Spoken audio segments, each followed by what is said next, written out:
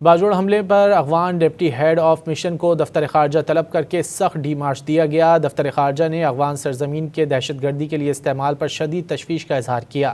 ترجمان دفتر خارجہ کے مطابق فتنہ الخوارج ٹی ٹی پی کی قیادت کے افغانستان میں موجود ہونے پر شدید تحفظات کا اظہار کیا گیا۔